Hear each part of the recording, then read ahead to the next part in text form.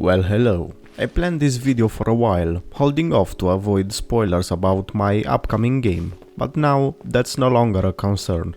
I want to present the steps I took to make my game run better. Here's a breakdown of how I got to the point where my game ran very poorly.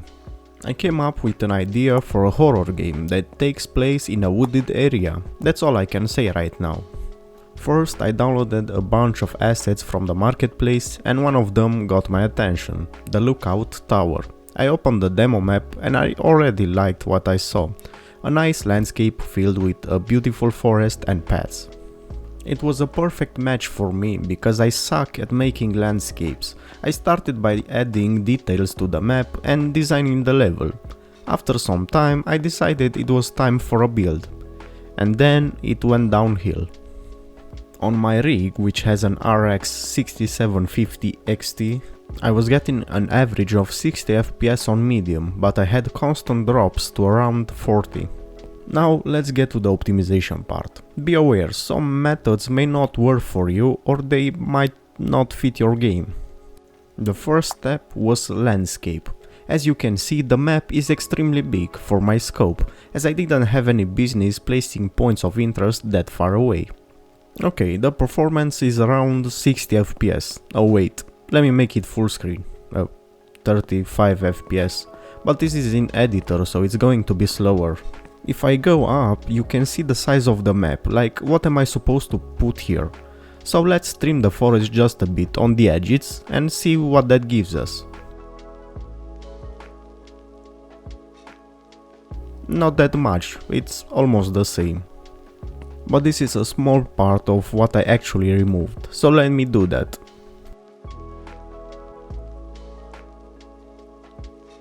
Now with that part removed, we got around 45 FPS, which is not much, but it will add up. Now let's remove the unused landscape tiles and retest it. We got to 50 FPS. But you might look at that and say, why not remove the whole map? It already looks bad. And for that I say, that's why some methods might not work for you, because I solved this by using fog, totally not stolen from the Silent Hill games. But we can go even further. Let's define the playable area, place the points of interest and create a delimitation, the pink dotted line. With that, let's get to work. Add some blocking volumes or assets so the player would not leave the playable area. Now we can play and test how far we can see. In my case I need to hit play because the fog is attached to the player, so it's not visible unless I'm in play mode. You can't see beyond these rocks, so we remove everything behind it. We repeat that a bunch of times and we get to 50 to 60 FPS depending on where you look. With that I think we are done with the landscape. Second step was Nanite and Mesh LODs. I had a very big problem with Nanite and I'm going to partially blame it on Epic because they took like 2 to 3 years to come up with a guide on where to and not to use Nanite. So basically the whole project used Nanite, from the smallest prop to the trees and tower. So let's disable it and see where we are. 60 to 70 FPS is a good uplift. With Nanite you need to see if the overhead it adds it's worth it or not. You need to ask yourself, do I have very high poly meshes? And how many of them? If you only have assets with like 10 to 30k triangles like in my case, it most likely won't help. Next you might want to look at the LODs and see how they are made. For that you can use this handy view mode and see how the LODs change. The rocks could be more aggressive as the player would not be able to see them that far. Now you can repeat the process for the rest of the assets. One trick you can use is the next one. I have this asset pack and the meshes are very high poly, like 500,000 triangles. Let's make the LODs. Select custom LODs, then scroll to LOD settings and set the number of LODs, in my case 4. As I already know how much I want to reduce this one, I'm going to set the LOD0 reduction settings to 2.5%. Make your settings and save. This may take a while depending on how big the object is. Now select the asset, go to level of details, then copy. Then select the rest of the assets like similar ones and right click, level of details and paste. On the same note, we can reduce the landscape complexity on faraway tiles. Select the landscape, search LOD and play with those settings a bit. I like to have 0.3, 1 and 1.25. You can use the wireframe view to better see what is happening. No benchmark right now as I didn't change the LODs on all of the assets. Third step was Foliage. It's a crucial part in my game and it is also very unoptimized. The first thing we can do is limit the world position evaluation. That setting limits the distance at which an instance can access the world position, which is quite important as they are very expensive. Most likely it's used for simulating wind, as in my case. You can do it in the foliage mode or in the static mesh foliage actor if you have it. I'm going to set the trees to 2000 and the saplings to 1500. In my case the level uses landscape grass, so let's have a look at that. I'm going to set the grass types to 1000 units. Let's test it. We are getting above 60 and in some areas above 70 FPS. But wait, we can do more. Let's go back to the trees and set a cull distance for them. Around 20,000 looks good. Now the map has a ton of small rocks beside the path. As they are small, we don't need to render them far away, so let's set the cull's distance to something like 2500. Now we can do the same for the grass types. Now we are currently above 70 FPS.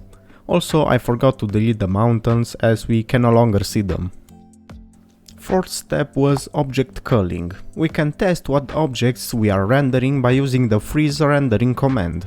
As you can see, the models behind us are not rendered, but we are rendering the rocks from the other side of the map, and if we had the other props and the house, it would have been rendered too. We can use a cull distance volume. Just drag one into the scene, extend it so it covers all of the map, and set the values for it. Or you can do it manually if you want. Select the model, go to LOD section, or search for max draw distance and set it there. The next step was profiling the game to see where the problems are. We have a bunch of useful tools and commands in Unreal. There is the trace profile and there are a lot of other commands that give you very useful stats. Here are some of them. Profile GPU gives you the break of a frame. We can sort it by the highest value and we can go one by one. As you can see, the ray tracing scene is taking 8 milliseconds, which is a lot. Then we have things like lighting and volumetrics. Okay, let's disable all of the ray tracing stuff and see if the quality of the scene took a hit or not. I don't know, it kinda looks the same to me. Let's retest it and it's gone. We can also remove the volumetric clouds as the player can't see them because of the fog. Another useful command is stat_rhi and it gives memory and counter statistics in real time. Some important ones are of course the memory and the primes and draw calls. As you can see, we have around 1500 draw calls. I will say we are in the mid-range. The next one is not a command but a tool. Go to Tools, Audit and click Statistics. Here you have a lot of info about the current level and you can select different modes like primitive stats and texture stats. I like to go hunting for high poly meshes like the D1 rock here. It has 30k triangles and all of the instances summed are 80 million triangles. So I set the LOD 0 to 50% reduction and now the whole scene went down 40 million triangles. Another thing I like to do is look at the texture sizes. I have a lot of 4K textures, but not all of them are important, so I like to lower their max resolution to something more manageable. Select the texture you want to edit, let's say the Pine LOD normal one. Open it. As you can see, it has a 4K texture and around 21 MB when fully loaded. You can set the minimum LOD or you can specifically say what the max resolution of the texture is in the compression and then advance. Now let's retest the game and would you look at that, above 100 FPS all of the time. I'm going to switch from this project to the main one cause I don't wanna redo all of the steps right now. Sixth step was lowering draw calls. As we saw before, we have around 1500 draw calls. This is my understanding of a draw call. A draw call is an instruction that is prepared by the CPU Job's done. and then passed to the GPU. A draw call can be one of two things, a material or a mesh. So if you have a mesh with one material, that's 2 draw calls, and if you have a mesh with 3 materials, that's 4 draw calls. The problem with draw call is the more you have, the more your CPU needs to work to keep preparing data for the GPU, and with that comes longer draw times. In Unreal we have a bunch of ways to overcome this. If you have copies of a mesh in close proximity, you would want to use ISM or Instant Static Mesh. This works by drawing all of the meshes in a single draw call. The downside is the meshes are static, the LODs are applied as a group, and the same applies to culling. If you have the mesh spread apart, they will not be culled unless every one of them is out of sight. Here is how I use it for this shed. I created a blueprint and added the shed structure as its one object, and then I added the pellets at the bottom. There are 6 of them, so with ICM instead of 12 draw calls we only have 2. Then with the boxes, planks and so on. And if you have a large number of meshes spread all over the map, like in my case the rocks, you would want to use hierarchical instant static mesh. This works similar to ISM, but it organizes the meshes into a hierarchy which allows for better LODs and culling. And the last one is actor merging. I like to merge actors that are different, but I try to merge the ones that have similar materials, like in this case. There are 5 objects, but all of them share the same material. Just select them, go to actor, merge actor, and I like to go in the settings and check the replace source actors. And as a heads up, the LODs will be messed up, so you'll need to fix them. I also read that using packed level actors or level instances, I think, gives you a similar result, but I'm not sure. The last step was lighting, reflection and shadows. You can tweak a lot of things here, like first I forgot to change the shadow distance when I set the cull distance for the foliage. As you can see, the shadow is drawn even if the tree is not there. Or you can change the global illumination or reflection methods to something else. And in some cases, if you really want to squeeze more performance out of your game, you can change the shading model from SM6 to SM5, but there are some visual downsides. This is where I stopped with the optimization, as I realized something important. This isn't quite the look I am going for, and I wanted to try and make a good map from scratch and not just use one from the marketplace, as it looks like an asset flip. So was all of the optimization I did for nothing? Well, yes, but actually no. You see, until December last year I never got into optimizing that seriously. And by doing all of those tests, reading online forums and documentation and watching a ton of YouTube videos, now I'm a bit better at optimizing.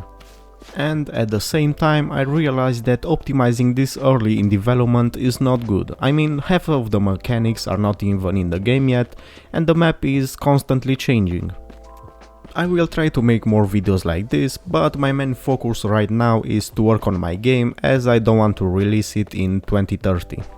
If you have any suggestions or topics you want me to take on, please leave them in the comments. And also, if you think I messed up somewhere or I approach a problem from the wrong angle, please let me know in the comments, as I'm eager to learn more.